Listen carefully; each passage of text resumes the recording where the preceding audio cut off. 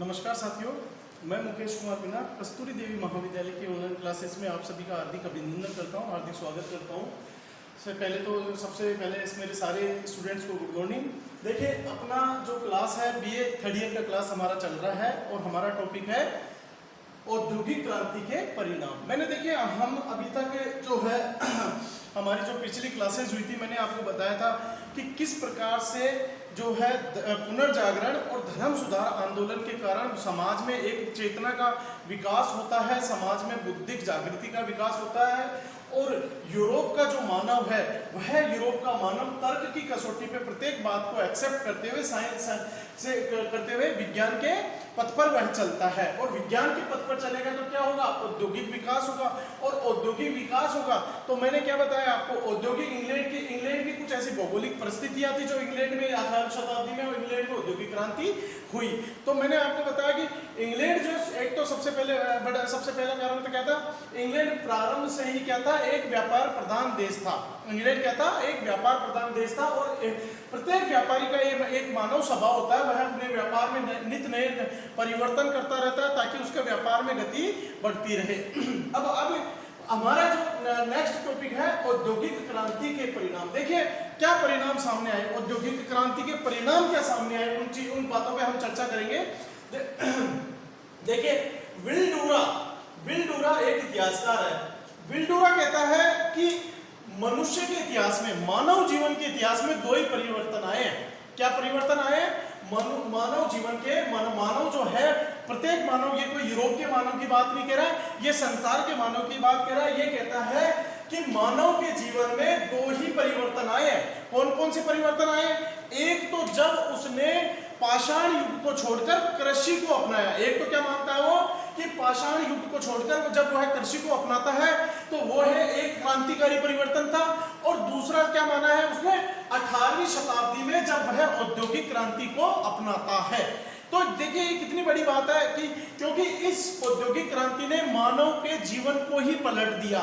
इसके परिणामों पे हम चर्चा करेंगे। देखो, परिणाम सकारात्मक भी हो सकते हैं, नकारात्मक भी हो सकते हैं। हम प्रत्येक प्रकार के परिणामों में चर्चा करेंगे, उसमें कोई संदेह नहीं है। लेकिन परिणाम जो है क्या कहता है, ये विल्डूरा क्या कह रहा है कि मानव के जीवन में दो ही, मनुष्य प्रजाति की बात कर रहा है, संसार के मानव की बात कर रहा है कि दो परिवर्तन आए। जब वह पाषाण युग को छोड़कर क्या अपनाता है, कृषि को अपनाता है। और कृषि को छोड़कर क्या अपनाता है, उद्योग को अपनाता है, औद्योगिक क्रांति को अपनाता है।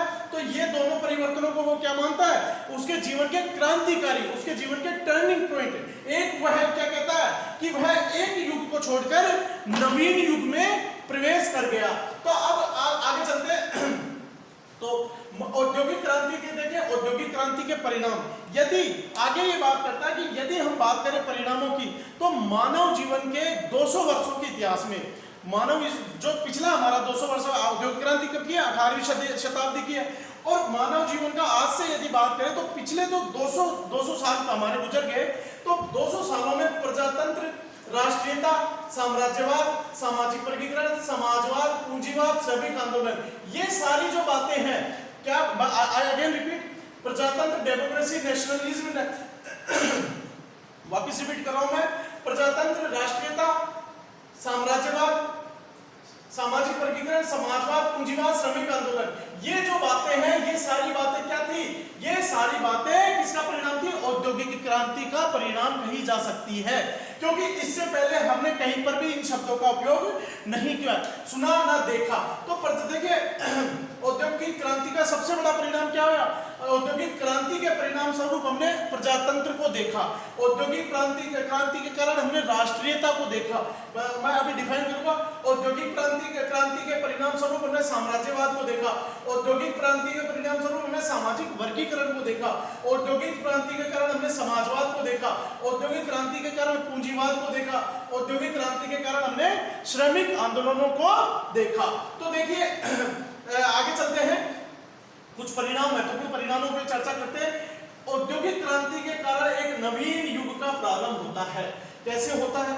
देखिए औद्योगिक क्रांति से पहले मनुष्य, मैंने बताया, कुटीर उद्योग धंधे करता था, छोटे छोटे उद्योग धंधे करता था, उसे बहुत समय उसमें व्यर्थ हो जाता था। लेकिन जब मनुष्य ने अपने हस्त निर्माण को छोड़कर, हाथों से निर्मित वस्तुओं को छोड़कर उसने क्या मशीनीकरण को अपनाया, तो एक नवीन युग का प्रारंभ उसको माना गया है। वह एक बड़े बड़े कल कारखानों के युग में प्रारंभ हो गया। बड़े बड़े सेटअप देखे उसने कल कारखानों के, बड़े बड़े व्यापार वह करने लग गया, एक देश से दूसरे देशों में निर्यात होने लगे, बड़े बड़े जहाज जाने लगे। तो इसमें क्या हुआ, इस स्थिति में क्या हो गया, नगरीकरण को, शहरीकरण को बढ़ावा मिला, नगरीकरण को बढ़ावा मिला। और आज की यदि बात करूं, यहां से 18वीं शताब्दी से चलकर आज 21वीं शताब्दी में क्या हो गया, संपूर्ण विश्व निर्यात पे, आयात निर्यात पे डिपेंड हो गया। पूरा पृथ्वी एक हो चुका है, पूरा मानव एक हो चुका है। और वह किस पे डिपेंड है, आयात और निर्यात के। जिस देश की आयात और निर्यात पॉलिसी है, तो जो उसके फॉरेन पॉलिसी है, वह सभी किस पे, आयात निर्यात पे, व्यापार पे डिपेंड करती है। व्यापार के लिए ही आज हमारे भारत में, मैंने इंग्लैंड में साम्राज्यवादी नीति में हम पढ़ेंगे, उसमें बताऊंगा मैं किस तरह अंग्रेज भारत आया था।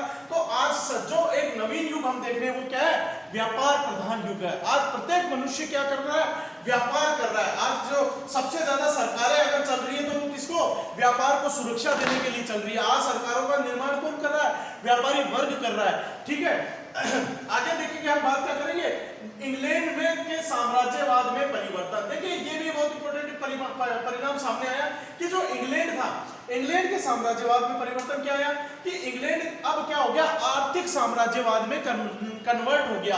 अब जो इंग्लैंड का मनुष्य है, इंग्लैंड का जो व्यापारी है, वो क्या करने लगा, नए नए औपनिवेशिक केंद्रों की खोज करने लगा, नए नए औपनिवेशिक सेंटर बनाने लगा। वो जो गरीब देश थे उनको अपने उनके जो गरीब देश थे उनको गुलाम बनाने लगा, और वहां का जो संसाधन था, वहां का जो कच्चा माल था, उसको क्या करने लगा, अपनी फैक्ट्रियों में उत्पादन के लिए उपयोग में करने लगा। उसका परिणाम क्या, दुष्परिणाम क्या निकला, धीरे धीरे जो वो मातृ देश थे वो तो होते गए गरीब, और इंग्लैंड की जो प्रगति थी, इंग्लैंड का जो व्यापार था, वह बढ़ता गया।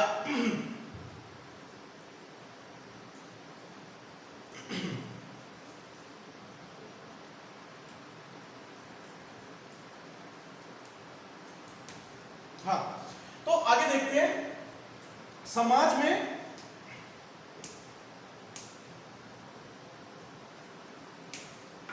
दूसरा है, कोई बात नहीं, समाज में नवीन वर्गों का उदय। देखिए अब समाज में क्या होता है, अब समाज में दो नवीन वर्ग आते हैं। समाज में क्या आते हैं, दो नवीन वर्गों का उदय हो गया, पूंजीपति वर्ग और श्रमिक वर्ग। दो कौन से हो गए, पूंजीपति वर्ग जो व्यापार में पैसा लगा रहा, और श्रमिक वर्ग। ये दो वर्ग अब हमें इंग्लैंड के समाज में देखने को मिले, या संसार के समाज में हमें देखने को मिले। इन दो वर्गों में क्या हुआ, इन दो वर्गों के आपसी जो हित थे वो एक दूसरे के ऊपर डिपेंड करते थे, लेकिन धीरे धीरे क्या होता है, इनके अधिकारों की मांग को लेकर दोनों ही वर्गों में टकराव हो जाता है। दोनों ही वर्गों में क्या हो जाता है, टकराव हो जाता है। और यहां तक कि 1906 आते 1976 तो जो इंग्लैंड का श्रमिक वर्ग था, इसको मताधिकार का अधिकार भी मिलता है। ये अपने अधिकारों की मांग करते हैं, तो देखो वहां जो है अधिकारों की मांगों को लेकर एक श्रमिक आंदोलन चला था, बहुत विश्व प्रसिद्ध है, कई बार क्वेश्चन बना हुआ है। चार्टिस्ट आंदोलन कहां चला हुआ था, तो यह है क्या, इंग्लैंड में जो श्रमिक वर्ग था वह अपने अधिकारों की, राजनीतिक अधिकारों की रक्षा करने के लिए इंग्लैंड में श्रमिक वर्ग का आंदोलन चलता है। तो देखिए ऐसी स्थिति में ये समाज का, ये जो इंग्लैंड का समाज था, इस समाज में भी परिवर्तन आ गया।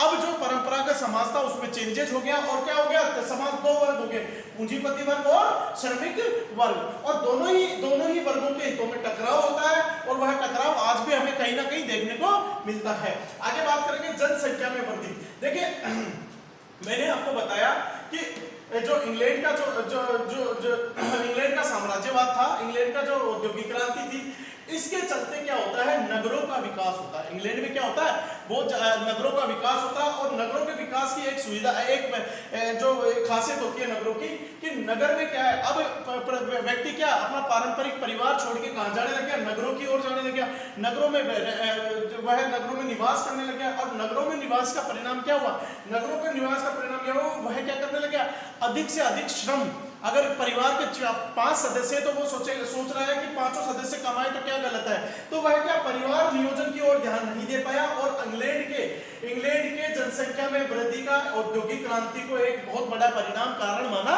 जाता है। ठीक है, अब आगे बात करते हैं राजनीतिक परिणाम।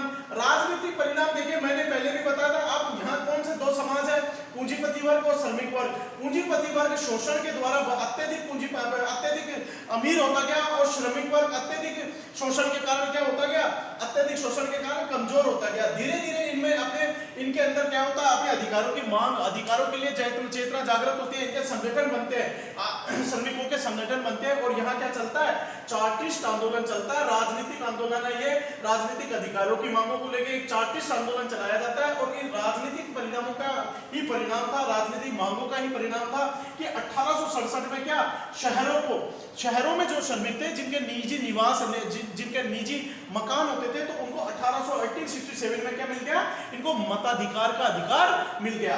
और 1884 में क्या होता है, 1884 में जो ग्रामीण श्रमिक थे, जिनके ग्रामीण थे, उनको भी 1884 में क्या मिल जाता है, मताधिकार का अधिकार मिल जाता है। ठीक है, अब आगे नेक्स्ट हमारा परिणाम क्या सामने आता है, नकारात्मक परिणाम। मैंने पहले ही कह दिया था, देखो हम पहले ही बात कर चुके हैं, जो दोनों ही चीजें होती है, नकारात्मक परिणाम भी और सकारात्मक परिणाम। तो देखिए दोनों ही चीज औद्योगिक क्रांति के हमें देखने को मिली, लेकिन ऐसा नहीं है। मनुष्य का एक मानव स्वभाव है मनुष्य का, वह कभी नकारात्मकता से डरता नहीं है। मनुष्य और जानवर में यही फर्क है कि मनुष्य परिस्थितियों से जूझते हुए आगे बढ़ता है और वह अपनी मंजिल को प्राप्त करता है। और यही कारण है कि नकारात्मक जो चीजें होती है वह उसके बाद परिणामों में सामने आती है कि भाई इसके ये नकारात्मक परिणाम हो सकते हैं। तो नकारात्मक परिणामों की यदि हम बात करें तो नकारात्मक परिणाम औद्योगिक क्रांति के सबसे बड़े नकारात्मक परिणाम यही रहे कि एक वर्ग विशेष जो श्रमिक वर्ग था, इसका अत्यधिक क्या हुआ, शोषण हुआ। एक वर्ग विशेष इसका सामाजिक स्ट्रक्चर टूट गया। क्यों? ये ग्रामीण था, गांव से गया शहरों में गया। संयुक्त परिवार प्रणाली थी वह टूट गई और वह क्या हो गया, अब एकल परिवार प्रणाली में बन गया, रहने लग गया। यह शहरों में जाके क्या आज हम देखते हैं बड़े बड़े शहरों में कच्ची बस्तियों का, क्योंकि इनका निवास स्थान होता नहीं था, तो ये क्या गंदे स्थानों पे रहने लगे। अत्यधिक इनके श्रम के कारण इनके जो मानसिक स्थिति थी, इनका शारीरिक स्ट्रक्चर था, शारीरिक जो था उनमें जो इनका शरीर था वह काफी कमजोर हो गया और उनके अंदर कमजोरी का और जो बीमारी जो उनका शरीर था वो बीमारी का आवास बनता गया। तो यह इनका एक नकारात्मक परिणाम है। ऐसी स्थिति में जब आदमी गंदी जगह रहेगा तो क्या होगा, अपराध बढ़ेंगे। तो ये सब आपराधिक गतिविधियां को भी बढ़ावा मिला औद्योगिक क्रांति के कारण, आपराधिक गतिविधियों को भी बढ़ावा मिला। तो ये इसके कुछ नकारात्मक परिणाम है जो हमें देखने को मिलता है। किंतु देखिए औद्योगिक क्रांति नकारात्मक परिणाम जो कुछ भी रहे, ये जो भी जितने भी नकारात्मक परिणामों की यदि मैं बात करूं तो ये क्या मानव जनित है, ये क्या है, मनुष्य के द्वारा क्रिएट किए गए परिणाम है जो हमें देखने को मिलता है। किंतु औद्योगिक क्रांति का ही परिणाम है कि आज हम एक विकसित जो है संसार उसमें बैठे हुए हैं। आज जो है एक हमारा डेवलप्ड जो ढांचा है, यदि हम हमारे भारत की बात करें तो जो 47 का भारत था, 47 के भारत में और आज के भारत में हम साइंस के युग में औद्योगिक क्रांति के चलते हम बहुत आगे बढ़ चुके हैं। और यह औद्योगिक क्रांति है जो मानव को निरंतर जो है विकसित कर रही है, निरंतर उसको आगे बढ़ा रही है। तो कुछ एक अब हम परिणाम देखिए, परिणाम सिर्फ ये थे, परिणामों में हमने चर्चा कर ली है। परिणाम जो है परिणाम मैंने विस्तार से बता दिए, मैं समझता हूँ सबके समझ में आगे होंगे।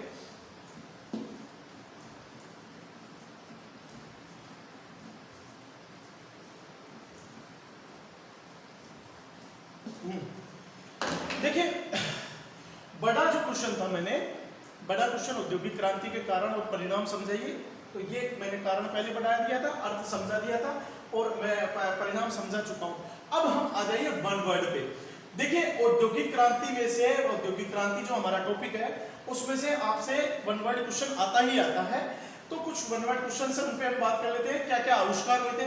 तो ये जॉन के महोदय थे, जॉन के ने क्या किया, जॉन के ने 1733 में फ्लाइंग शटल का आविष्कार किया। क्वेश्चन आपसे यही पूछेंगे, फ्लाइंग शटल का आविष्कार किसने किया? तो 1733 में किसने किया? जॉन के द्वारा किया गया फ्लाइंग शटल 1733 में। इसका आप चाहे तो स्क्रीनशॉट ले लीजिए या मेरे साथ रिपीट करते हो तो 2-3 बार रिपीट करोगे याद हो जाएगा। जेम्स हारग्रीव्स है, इन्होंने क्या किया? 1764 में स्पेनिंग जेनी का आविष्कार किया। आपसे पूछेंगे स्पेनिंग जेनी का आविष्कार किसने किया? जेम्स हारग्रीव्स ने। ठीक है, नेक्स्ट है क्रॉम्पटन जो थे महोदय, इन्होंने क्या किया? मसलिन व्हील क्या थी? ये जो बारीक और पक्का धागा बनाने की थी, बारीक और पक्का धागा बनाने की मशीन थी मसलिन व्हील। 1779 में इसने आविष्कार किया। बारीक और पक्का धागा बनाने की मशीन है ये मसलिन व्हील, किसने? क्रॉम्पटन के द्वारा। फिर है एडमंड कार्टर जो है पावर लूम। एडमंड कार्टर क्या करता है? एडमंड कार्टर पावर लूम बनाता है और ये कब बनाता है? 1785 ईस्वी में। अब है विटने जो है अनाज से भूसा निकालता है। विटने जो है अनाज से भूसा निकालने की मशीन का आविष्कार करते हैं। तो और ये कब करते हैं? 1793 में। तो अनाज से यदि भूसा निकालने की बात आती है तो किसके द्वारा की गई है? विटने के द्वारा। जेम्स वुड ने क्या किया? वाष्प चलित इंजन का आविष्कार किया। कब किया? 1769 में किया। जॉन मैकडम, बहुत इंपॉर्टेंट है ये भी, जॉन मैकडम इंपॉर्टेंट है, ये पूरा ही इंपॉर्टेंट है, इसमें कोई ऐसा ऊपर नीचे नहीं है। जेम्स वुड क्या करता है? जेम्स वुड ने वाष्प चलित इंजन का आविष्कार किया 1769 में। जेम्स वुड ने क्या किया? पक्की सड़क बनाने की तकनीक का वह आविष्कार करता है। और बिंडले क्या करता है? जहाजों के परिवहन के लिए नहरें बनाने का पद्धति बनाता है। नहरें बनाने की पद्धति ब्रिंडले के द्वारा आविष्कार की जाती है। और ये सबसे इंपॉर्टेंट जो है, ये भी बहुत इंपॉर्टेंट है, जॉर्ज स्टीफंसन। देखिए क्या करता है? 1830 में रेलगाड़ी, और पहली अगर बात करें तो कहां से चली थी? मैनचेस्टर से लिवरपूल। अब आप लोगों के लिए एक क्वेश्चन मैं देके जाऊंगा कि भारत में सबसे पहले रेलगाड़ी कहां चली थी, कौन से सन में चली थी और कहां से कहां तक चली थी। और यूरोप की यदि मैं बात करूं तो कब चली थी? 1830 में चली थी, और 1830 में मैनचेस्टर से लिवरपूल। तो ये आज हमने औद्योगिक क्रांति जो आपका टॉपिक था, बहुत बड़ा टॉपिक था, इस टॉपिक को कंप्लीट कर लिया है। जैसा कि मैं मेरी प्रत्येक क्लास में सभी विद्यार्थियों से निवेदन करता हूँ, रिक्वेस्ट है, मेरा निवेदन है, अगर देखिए मेरे साथ चलेंगे तो चीज़ें समझ में आ जाएगी। ये विश्व का इतिहास है। आपके बीए फाइनल में सबसे बड़ा सिलेबस है आपके पास बीए फाइनल में सबसे बड़ा सिलेबस आता है। और चूंकि आपको अच्छी भली भांति पता है कोरोना के चलते हमारा जो है ऑफलाइन क्लासेस पॉसिबल है नहीं, तो जब तक हमारी स्थितियां सामान्य नहीं हो जाती है तब तक हम ऑनलाइन क्लासेज का ही सहारा लेंगे। और कोई विद्यार्थी यह समझता है कि नहीं हम तो देख लेंगे बाद में, तो बहुत बड़ी गलतफहमी में। मैं पहले भी कह चुका हूँ, चैनल को सब्सक्राइब कर लें, बेल आइकन को क्लिक कर लें, जो मेरा जो भी क्लास होगा वो नोटिफिकेशन के जरिए आप लोगों के पास पहुंच जाएगा। और कुछ विद्यार्थियों ने मेरे को व्हाट्सएप के जरिए कहा था कि सर कब तक क्या है, तो बेटा देखो पॉसिबिलिटी सितंबर की आ रही है, बाकी गवर्नमेंट जो भी डिसीजन देगी अखबार में आ जाएगा, उसके लिए हम आपको सूचित भी करेंगे, बात भी करेंगे आप लोगों से। तो तब तक आप यहाँ बने रहिए, चैनल पे बने रहिए, अपलोड क्लासेस लगातार हो रही है। अगर क्लासेस में कोई प्रॉब्लम आ रही है तो वो आप लोग मेरे से व्हाट्सएप पे शेयर कर सकते हो बातों को। Thank you very much. कल हम नेक्स्ट टॉपिक है हमारा, तो उस पर चलेंगे, और वह है अमेरिका का फ्रीडम मूवमेंट। ठीक है, तो इसको रीड करके आइएगा, हम आगे उस टॉपिक पढ़ेंगे। Thank you.